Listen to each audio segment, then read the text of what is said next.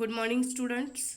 We have started chapter 5, that is deposits, which is an important source for raising borrowed capital for joint stock company. In last lecture, we have discussed how company can accept deposits from which companies and which amount is not accepted as deposits. So today we are going to learn subunit 5.2, that is terms and conditions for acceptance of deposits. Students, this terms and conditions contains 20 points. So today we are going to learn only in first 8 points. So here it is, we again see chart of acceptance of deposits. Company can accept deposits from members. Which company can accept? So private company, public company other than eligible company, and eligible company can accept deposits from members, and public eligible public company as well as government company can accept deposits. Now here are terms and conditions for acceptance of deposits as per Companies Act 2013. So, first is amount of deposit. Here, private company how can accept amount of deposit? There is given some limit. Here is the limit, not more than 100% of aggregate of paid up share capital and free reserve. विद्यार्थी मित्रांनो, deposits हा 5वा topic आपण सुरू केलेला आहे. त्याच्या आधीच्या टॉपिकमध्ये कोणकोणत्या कंपन्या डिपॉझिट स्वीकारू शकतात आणि कोणती अमाऊंट डिपॉझिट म्हणून घेता येत नाही याबद्दल आपण अभ्यास केलेला होता. आज आपण डिपॉझिट स्वीकारत असताना कंपनी कायद्याच्या कोणकोणत्या अटी आणि शर्ती आहेत याचा अभ्यास करतो आहोत. यामध्ये 20 मुद्दे आहेत. त्यापैकी पहिले 9 मुद्दे आज आपण अभ्यासणार आहोत. 8 मुद्दे आपण अभ्यासणार आहोत. त्यातला पहिला पॉईंट आहे अमाऊंट ऑफ डिपॉझिट. कंपनीला डिपॉझिटची अमाऊंट स्वीकारत असताना वेगवेगळ्या कंपन्यांसाठी वेगवेगळे टर्म्स किंवा नॉर्म्स दिलेले आहेत. प्रायव्हेट कंपनी म्हणजे खाजगी जर कंपनी असेल तर खाजगी कंपनी आपले मेंबर किंवा डायरेक्टर्स किंवा त्यांचे नातेवाईक यांच्याकडून वसूल भाग भांडवल आणि फ्री रिझर्व याच्या 100% रक्कम ठेव म्हणून स्वीकारू शकते. A private company can accept deposits from its members or its directors or their relatives, but not more than 100% of aggregate of paid up share capital and free reserve. परंतु company कायद्यानुसार काही खाजगी कंपन्यांना पेडअप कॅपिटल आणि free रिझर्वच्या 100% पेक्षा जास्त रक्कम ठेव म्हणून स्वीकारता येते. Then public company other than eligible company. So students, we see that eligible company means that company which has net worth of not less than rupees 100 crore or turnover was not less than 500 crores. That is known as eligible company. So such eligible company other than eligible company cannot accept fresh deposit from members if amount of such deposits together with the previous deposits exceeds 25% of the paid up capital and free reserves of the company. सार्वजनिक company जी eligible company नाही अशी सार्वजनिक company वसूल भाग भांडवल आणि free रिझर्वच्या paid up capital आणि free रिझर्वच्या 25%ची मर्यादा आधीच त्यांनी ओलांडलेली असेल तर अशा कंपनी सभासदांकडून ठेवी स्वीकारता येत नाहीत. म्हणजे काय विद्यार्थ्यांनो, तर ज्या सार्वजनिक कंपनीने पेडअप कॅपिटल आणि फ्रीज रिझर्वच्या 25% रक्कम आधीच डिपॉझिट म्हणून घेतलेली असेल तर त्यांना ठेवी सभासदांकडून ठेवी स्वीकारता येत नाही. परंतु ठेवी स्वीकारलेली रक्कम पेडअप कॅपिटल आणि फ्री रिझर्वच्या 25%पेक्षा कमी असेल तर अशा सार्वजनिक कंपनीला ठेव स्वीकारता येते. Next, eligible public company. तर आत्ताच मी सांगितल्याप्रमाणे एलिजिबल पब्लिक कंपनीला सभासद आणि पब्लिक या दोघांकडूनही ठेवी स्वीकारता येतात. मेंबर्सकडून ठेवी कशी स्वीकारता येते? From members previous deposits exceeds 10% of aggregate of paid up share capital and free reserves, then company cannot accept fresh deposits. जर कंपनीने वसूल भाग भांडवल म्हणजेच पेडअप कॅपिटल आणि फ्री रिझर्व्ह यांची सरासरी 10%पेक्षा ओलांडलेली असेल तर नव्याने ठेवी स्वीकारता येणार नाहीत. And from public not more than 25% of aggregate of the paid up share capital and free reserve, company cannot accept fresh deposits. जर कंपनीने पेडअप कॅपिटल आणि फ्री रिझर्व्ह यांची सरासरी 25%पेक्षा ओलांडलेली असेल तर पब्लिककडून नवीन ठेवी स्वीकारता येत नाहीत. This is about eligible public company. Then the government company. Here is limit of 35% of aggregate of the paid up share capital and free reserves, then government company cannot accept new deposits. So it is about amount of deposits. Student, keep in mind this, there may be ask objective type question with this percentage. First private company, second public company other than eligible company, third eligible public company, and D is the government company.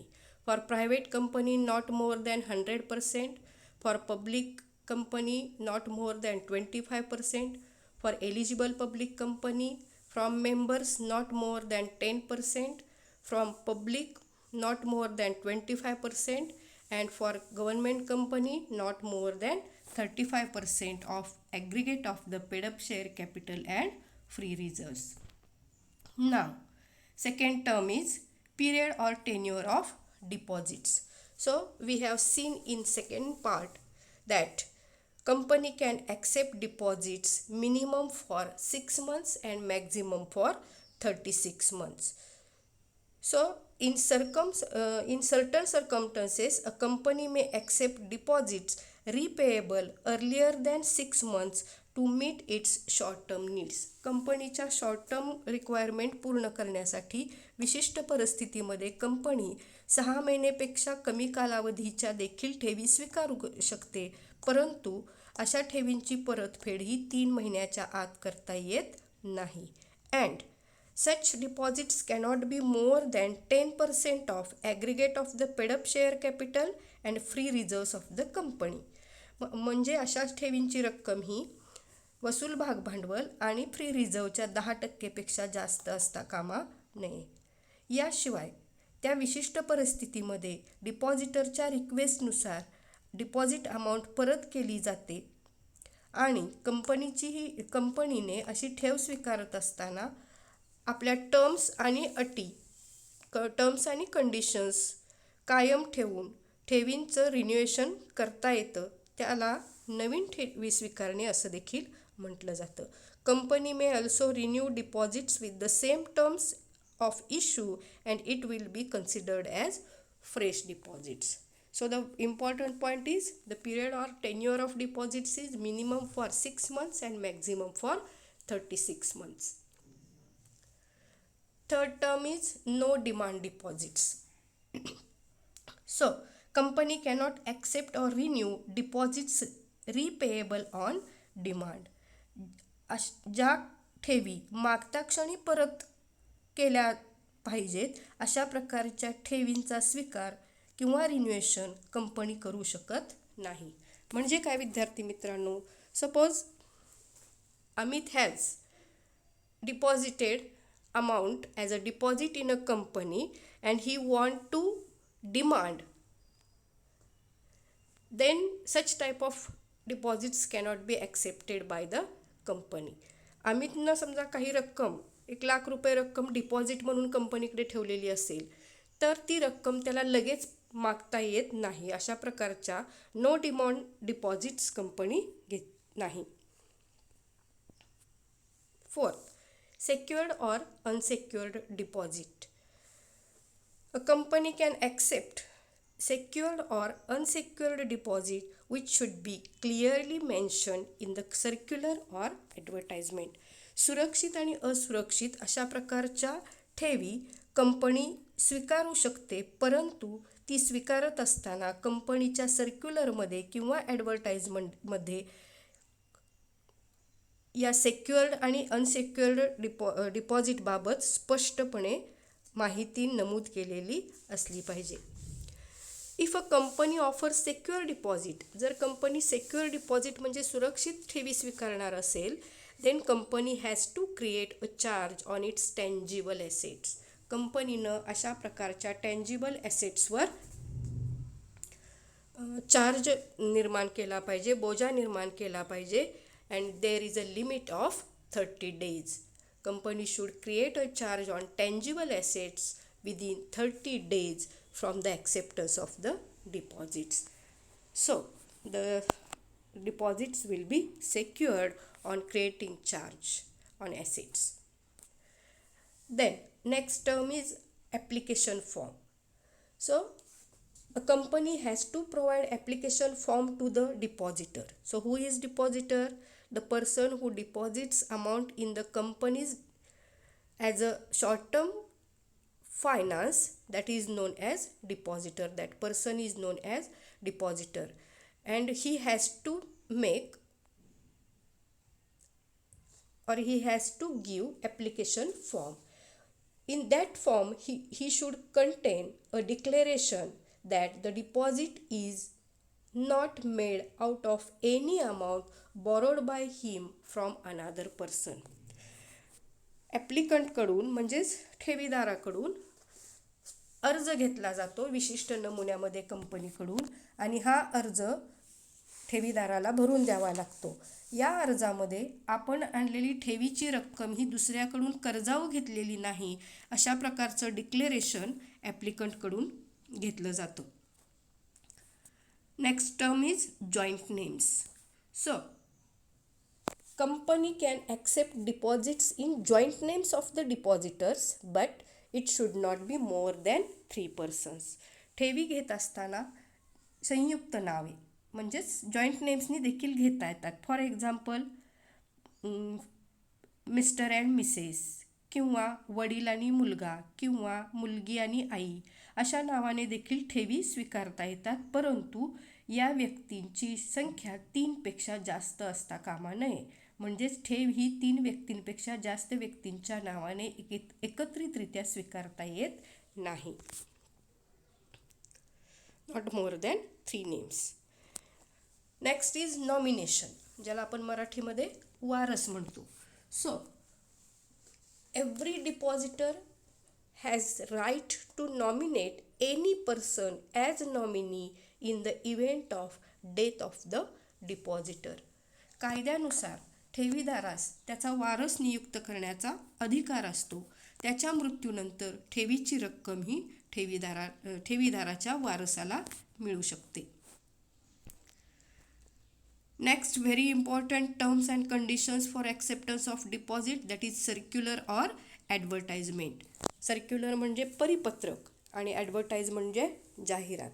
Wien company accept deposits or invites deposits from its members it issues circular. जेव्हा company मेंबर्सकडून ठेवी स्वीकारते त्यावेळी circular प्रसिद्ध केलं जातं. परंतु when company accept deposits from public then company has to issue advertisement. Students keep in minds difference between circular and advertisement. जेव्हा कंपनी मेंबर्सकडून ठेवी स्वीकारणार असते त्यावेळेला सर्क्युलर प्रसिद्ध केलं जातं, आणि पब्लिककडून जेव्हा डिपॉझिट स्वीकारल्या जातात तेव्हा ॲडव्हर्टाइजमेंट प्रसिद्ध केली जाते. So there are given contents of circular or advertisement. यामध्ये कोणकोणत्या बाबींचा समावेश असणं आवश्यक असतं याचे मुद्दे या ठिकाणी दिलेले आहेत. Students, this question may be ask for 2 marks. Which contents are mentioned in the circular or advertisement when company accept deposits? Here is the first point, that is a statement about the financial position of the company. कंपनीची आर्थिक परिस्थिती कशी आहे याबाबतचे statement कंपनीनं जाहिरातीमध्ये किंवा परिपत्रकामध्ये देणं आवश्यक आहे. So this financial position means there may be balance sheet of the company or last 3 years what we can say interest given by the company on deposits, that may be mentioned in this statement. Next is the position of secured and unsecured deposit of fresh issue.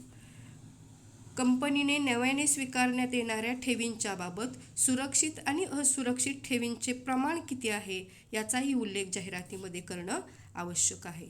Then credit rating of obtained from credit rating agencies. Students, we have learned about credit rating agencies CRISIL and CARE. So what type of credit rating received, that should be mentioned in the advertisement. Then details of the scheme. कोणत्या प्रकारची scheme आहे, interest किती दिलं जाणार आहे, सुरक्षित आहेत की असुरक्षित ठेवी आहेत, या सर्व बाबतचा तपशील म्हणजेच details of the deposit scheme must be mentioned in the advertisement or circular. Then name of depositors, deposit trustees, sorry, here is the printing mistake. In advertisement there must be mentioned name of the deposit trustees. We see about deposit trustees and the trust deed, so that should be mentioned in the advertisement. Then amount due towards deposit, स्वीकारण्यात आलेल्या ज्या काही ठेवी आहेत त्यापैकी देय रक्कम किती आहे किंवा ड्यू अमाऊंट किती आहे याचाही उल्लेख जाहिरातीमध्ये असणं आवश्यक आहे. So this is about which details should be given in advertisement. There are 6 points given. This is sub point from circular A. Okay. Then B is filing of circular. So students, when company publish circular or advertisement, a copy of that circular or advertisement signed by all the directors must be filed with the registrar of the company. परिपत्रक किंवा जाहिरात, circular किंवा advertisement याची एक प्रत रजिस्ट्रारकडे देणं आवश्यक आहे. It is shortly non as ROC. मराठीमध्ये याला नोंदणी अधिकारी असं म्हटलं जातं, ज्यावर सर्व डायरेक्टरच्या सह्या असाव्या लागतात. Then issue of circular or advertisement. मगाशी आपण जे सगळे मुद्दे पाहिलेले सर्क्युलर किंवा ॲडव्हर्टाइजमेंट आहे, that should be published within 30 days of filing a copy of circular or advertisement with the registrar of the company. Registrar of the कंपनीकडे एक कॉपी दिल्यानंतर 30 दिवसाच्या आत ते सर्क्युलर मेंबर्सना आणि ॲडव्हर्टाइजमेंट पब्लिकला प्रसिद्ध करावी लागते. A company can send circular to the members with registered post, speed post or email. मेंबर्सना जेव्हा सर्क्युलर दिलं जातं तेव्हा ते रजिस्टर पोस्टनी, स्पीड पोस्टनी किंवा ईमेलनी सेंड करावं लागतं. And the last point before that students, this circular or advertisement must be given in 1 English newspaper. Company जेव्हा पब्लिककडून ठेवी घेत असते त्यावेळेला ॲडव्हर्टाइजमेंट ही एका इंग्लिश न्यूजपेपरमध्ये अँड 1 इन रिजनल न्यूजपेपरमध्ये जाहिरात करावी लागते. जाहिरात प्रसिद्ध करत असताना देशातील जास्तीत जास्त विकले जाणाऱ्या इंग्रजी वर्तमानपत्रातून आणि कंपनीचे नोंदणीकृत कार्यालय म्हणजे रजिस्टर्ड ऑफिस ज्या राज्यात आहे त्या राज्यातील प्रमुख प्रादेशिक भाषेतून जाहिरात प्रसिद्ध करणं बंधनकारक आहे. म्हणजेच कंपनीचं नोंदणीकृत कार्यालय महाराष्ट्रात असेल तर मराठी वर्तमानपत्रातून जाहिरात देणं बंधनकारक आहे. And last one that is validity of circular for advertisement. Circular किंवा ॲडव्हर्टाइजमेंटची व्हॅलिडिटी ही वार्षिक सर्वसाधारण सभा संपल्यानंतर किंवा आर्थिक वर्ष संपल्यानंतर 6 महिन्यासाठी व्हॅलिड असते. So circular or advertisement is valid for 6 months from the end of financial year which was issued or the date on which the annual general meeting was held. So students, all these about terms and conditions for acceptance of deposits. Again I am repeating, there are 20 terms and conditions. Today I have just completed 8. So try to understand, this question may be asked for 8 marks as a broad question. Thank you. Stay safe.